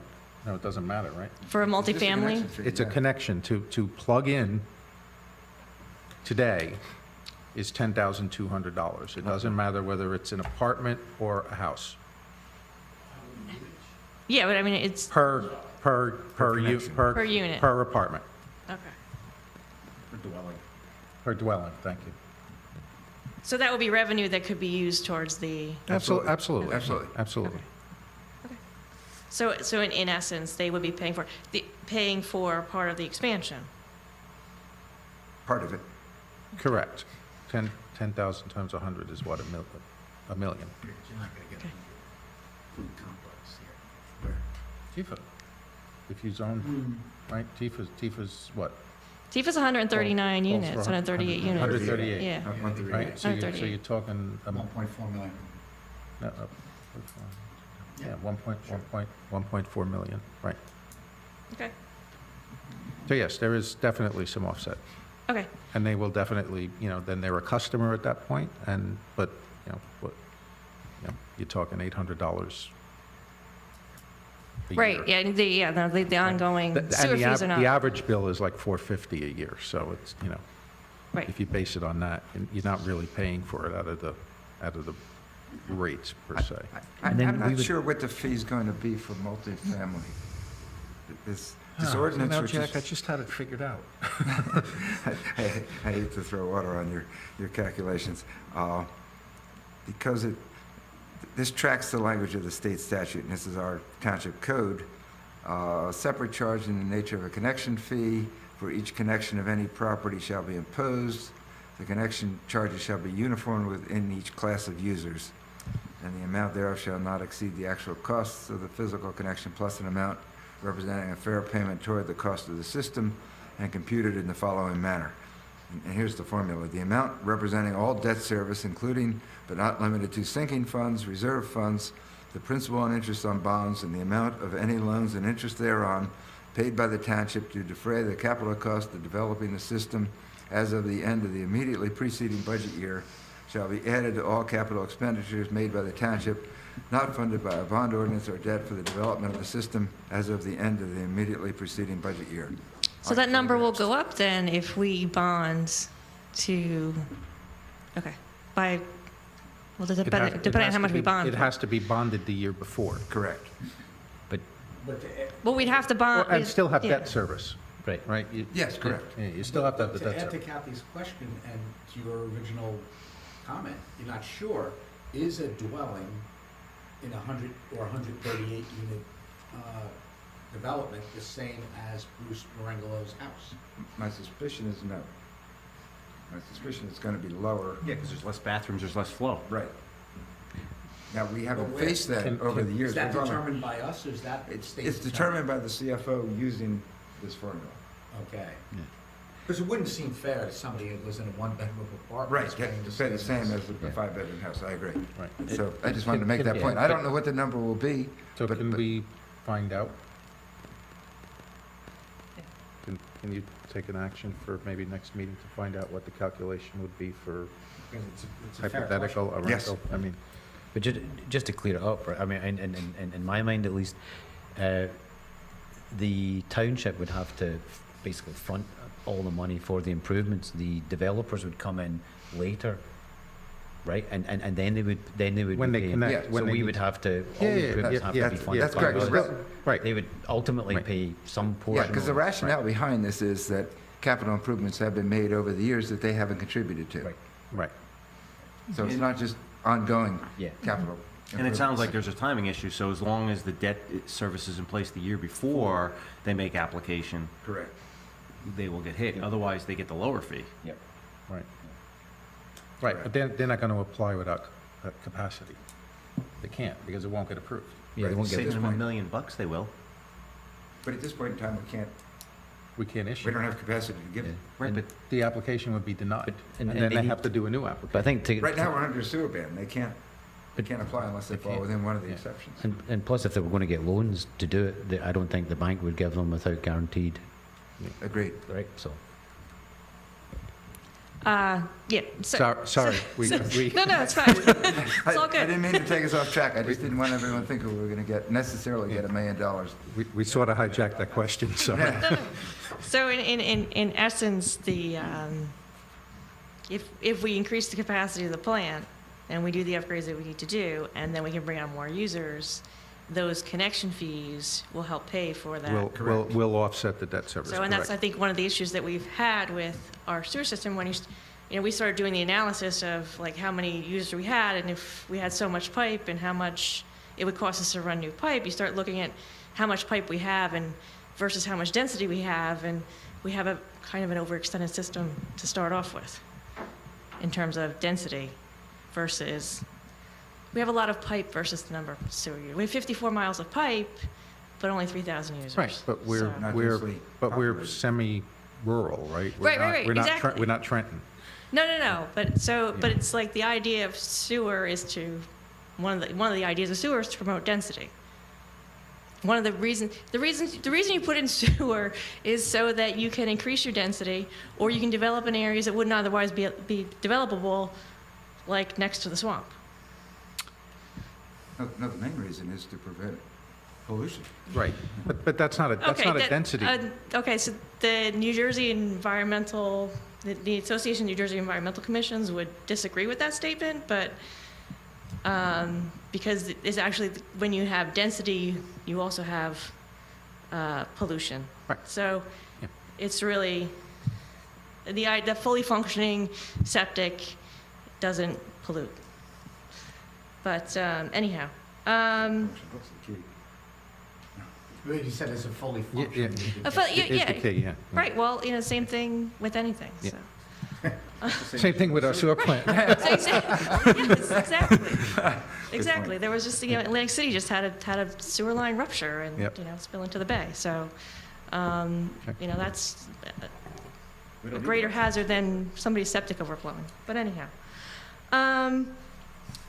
So is there any way, like, that we're gonna look at bringing on the people who have been waiting to get on to the sewer prior? Is there any, like, So everyone that is within a septic service area, right, and I think it's what, 200 feet of a main, is supposed to be connected unless they've fallen under an exception where the sewer line came down their house and they had just put a septic in, right? There are some exceptions. There are, but I think in answer to your question is people on existing lots who are on sewer lines can connect now.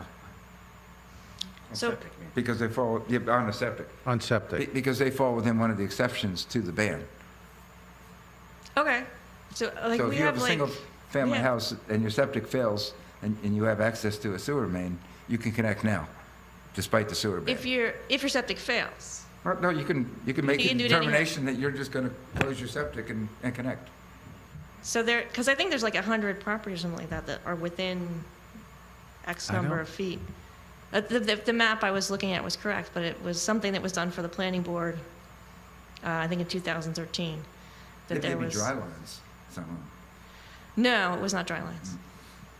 We You know, can- I know where there's dry line, we don't have that many dry lines. But We can, Some subdivisions. there's a yeah, couple, yeah. we can take a look at that. I mean, at some point, they're supposed to connect. They're not supposed to rebuild their septic system, Correct. put it that way. They Okay. can maintain it, Uh-huh. they can clean it out, and they can do all the things that they're supposed to do, and not, because arguably, their viewpoint is gonna be, I got a septic system that works and it doesn't cost me anything, why should I pay you $500 a year? Uh-huh. Right? So, and. I have heard that. And that's a fair point. Uh-huh. And the other thing is, houses that were in existence prior to December 1 of '86, I think it is, don't have to pay the connection fee if they connect now. Right. Okay. All right. And then, just to clarify, because I don't think it was clear, Bruce, I think there was some question when you went to the Board of Ed meeting. The 54 units, we're responsible for those 54 units when the clock runs out in 8 years on the agreement. Those 54 units we're responsible for. The 54 for affordable housing, I'm sorry. No, and We're not responsible, we're zoning. We're not as a township building any units like we built Lounsbury. No, but that 54 unit obligation is our obligation.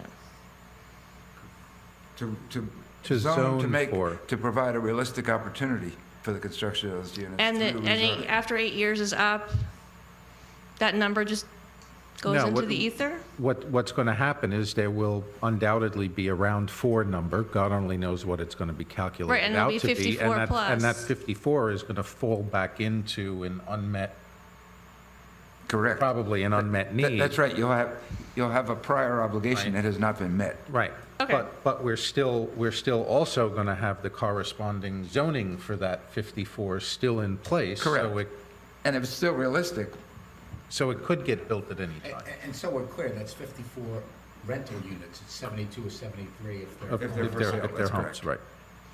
All right, so we're potentially 5 years away from having our sewer upgraded and is that 4.5, No, it- 4? It depends how much the DEP might want to hurry it because Uh-huh. we're in capacity assurance, so maybe they'll fast track the application, maybe they won't. Uh-huh.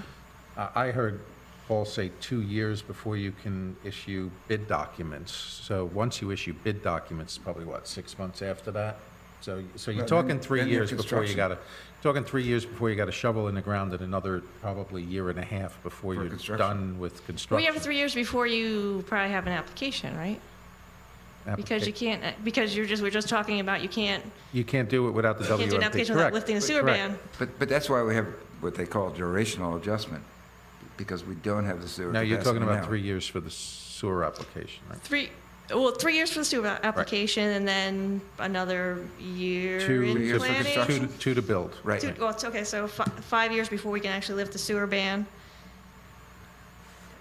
Okay, so that's 5 of our 8 years. I'm just wondering if when we talked about the sewer, we said, okay, what if we don't sell? What's our plan B? And you had a plan B. That was great. And that's it. But we have to refresh all the information because that information from 2010 is no longer valid. The Okay. DEP won't accept No, it. yeah, but so we had a plan B for the sewer. What's our plan B for affordable housing? our obligation for affordable housing, if the December 15th, is it still December 15th? Yes. The If fairness hearing if is the on fairness December hearing- 15th. If the fairness hearing is approved, December 15th, the township will have 120 days to... Roughly, it could roughly, be 6 months, but 4 to 6 months. to adopt an ordinance to comply with the properties outlined in the agreement. Once that's done, the township has fulfilled its obligation.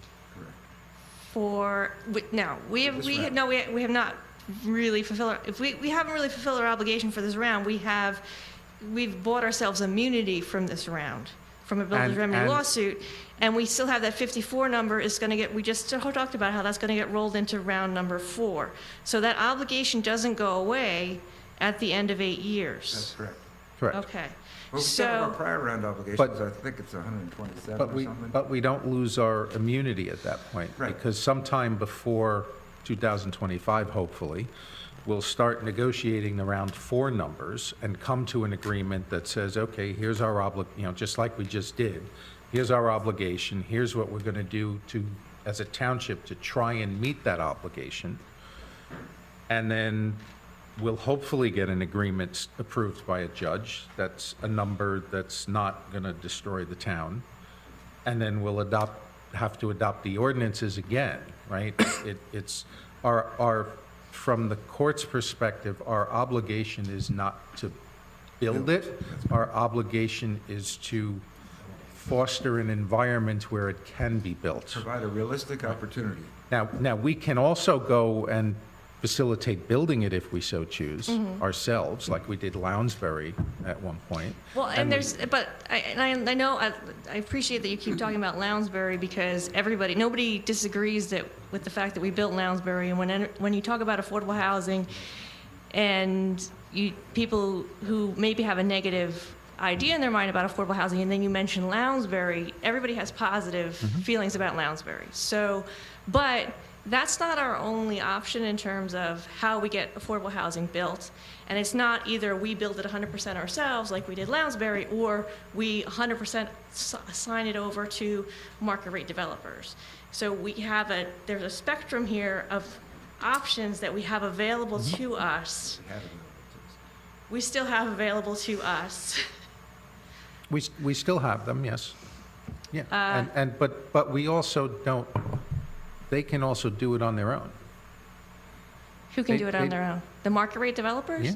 And if the market rate developers do it on their own, they're going to only build 15% affordable. So for us to get to that 54 number, we then have to accept that over the next 8 years, we're going to have 300 plus units of market rate in our town. That's what the agreement calls for. Right.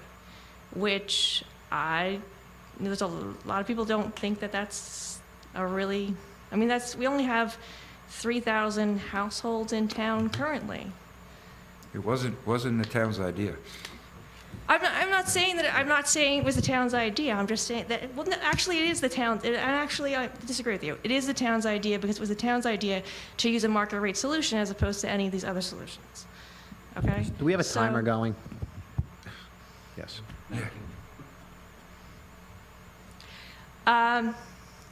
So I have, Cornell, you've been generous with your time with me when the emails that we've been sending back and forth, and it seems like there's some interest in trying to entertain these other options. So I'm trying to ask, That's not so. Bruce and I met with somebody who does exactly this type of housing. We've sent them some properties. They haven't expressed an interest in doing so. I mean, there are certain requirements for, in this case, it was an adult, and I never phrase it the correct way, but I think developmentally adult. Yes, which wouldn't meet. Yeah, but it requires, no, we could do that, but it requires certain limits. First off, cost. I mean, they would expect the town to provide about $50,000 per unit, per bedroom, I apologize, per bedroom.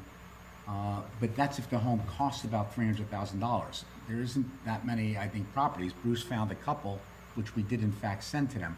but it has to be a ranch-style home. That's right. It has to be on flat ground. I mean, we all know we live in Long Hill Township, and it didn't get its name because we are generally a flat community. So, I mean, there are constraints to doing what you're suggesting, and I fully appreciate it. And I saw your comment about whatever the address was in Summit, because I looked up their agreement, which was from September 2016, I believe. But understand, that's a 6-unit Habitat for Humanity house, but they have an obligation of 567 units. It's not like, okay, so 6, but that's a drop in the bucket for what Summit has to provide. They have to provide 50 units. They have to build 50 units. 150, they've done 50 already. They have to do another 50, and their total, and they've done overlay zoning to meet the other 467. I have the agreement here, I'll forward it to you if you want it. Overlay zoning is a disaster because you lose control of where it can go. Then it can go anywhere with an overlay zone. Plus, group homes are a very good option for 2 reasons. You get 1 for 1 credit. So, Right. but you're talking about 4 to 6 bedrooms per group home, and it barely makes a dent in the overall. I mean, obligation. there are, I know there's one of the properties that somebody was interested in, which wouldn't have required anything on our part, right? It would have been completely self-funded, dedicated affordable housing on the lot. And I mentioned this to you in the email, and they were very anxious right up until the referendum failed, because now they don't have an assurance that they're going to be able to connect to the system, that the sewer ban is going to lift. But they haven't gone away, but they've gone from, okay, yeah, we're ready to go, to okay, let's just wait and see what's going to happen now. So now yes, we absolutely need to facilitate that and keep them interested and keep them apprised of what we're doing. And then, then yes, they can come in and build affordable housing. Now, will they, the mathematics likely, if the property calls for, let's say it calls for 10 dedicated 10 units, right? So 60, right? But 10 affordable.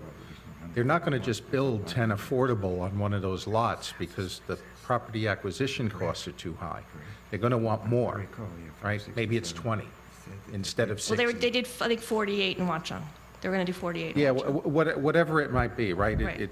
It's about our property, right? So if there's a lot that the agreement calls for 10 affordable houses, 60 total, right? They might come in and say, we'll build 30 affordable housing units, because they have to get some economies of scale in volume, right? So now you've got. Right, and that was in, and that was what. The problem is per our agreement, I don't know that fair share is gonna, and Jack, maybe you can answer this. If something happened on one of the properties, pick one, it doesn't matter which, let's say Tifa, and somebody came in and bought the property and put 50 affordable housing units on it, or 54, and that's all they built there.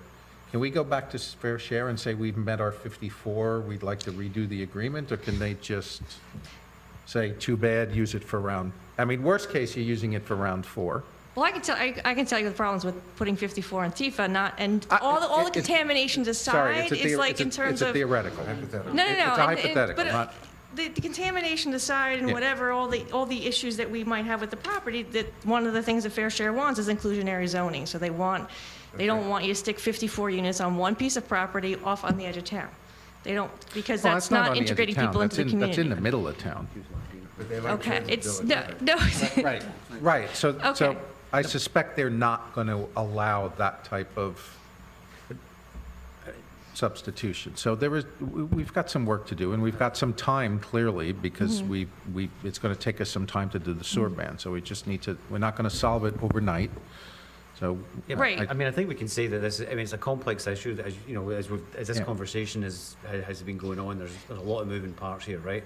But I think maybe to satisfy, yourself and all the other residents in the town, is that I think we're open to every solution that could be brought forward. We're already talking to certain types of not-for-profits and just kind of beginning to do our due diligence on assessing the viability of those options.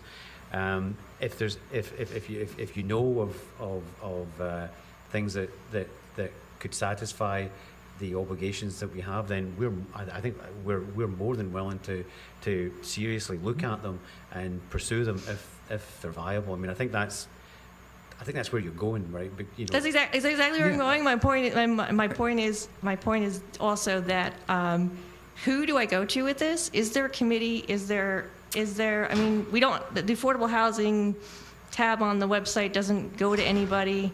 So, are we going to have a committee, or so I can stop coming here and bothering you and taking up your time? We can certainly put together a committee. Brendan, because he was so... At this point, we have a settlement, so we don't have the flexibility to go start from scratch. Right. But as a practical matter, by the time any improvements to the sewer plant are done, it's going to be 2023. Round 4 comes in 2025. So, you know, it's really academic at this point to argue over round 3. Right, but we can do stuff to line stuff up. Absolutely. So yes, we should do a committee. Let us talk about it, and we'll figure out if we can. I know there's a couple other people that I've spoken to in town that are interested in this. Some of them even have some connections to this. And I think you mentioned you knew of somebody? Or Well, yeah. talking to somebody, so. Came from the governor's office, yes. Oh, okay, well, they're not. And Kathy, would you have interest? Yeah, I would definitely interested. So we can have a discussion around that, absolutely. Okay. Right? All right, thank you. Good. Thanks. Be short. Come on. Be short. Only if it involves another series of thank yous. Not thanking anybody. Charles Renowitz, Millington. On the fair share housing settlement hearing on the 15th. Yes. What is the judge that presides over that? It's Judge Hubner, Hubner. Okay, and do we have a time? I know it's the 15th. 9:30. Okay. Could someone like me go? Absolutely. Do I have to put a tie on? That red sweater. It's up to the judge. Red tie? The judge went to Notre Dame, so I would go with the Notre Dame cap and... Thank you. Thanks. I said it would be short. We have to go back and No, examine. we have to go back into exec. Yeah. With no further action. So, motion, So moved?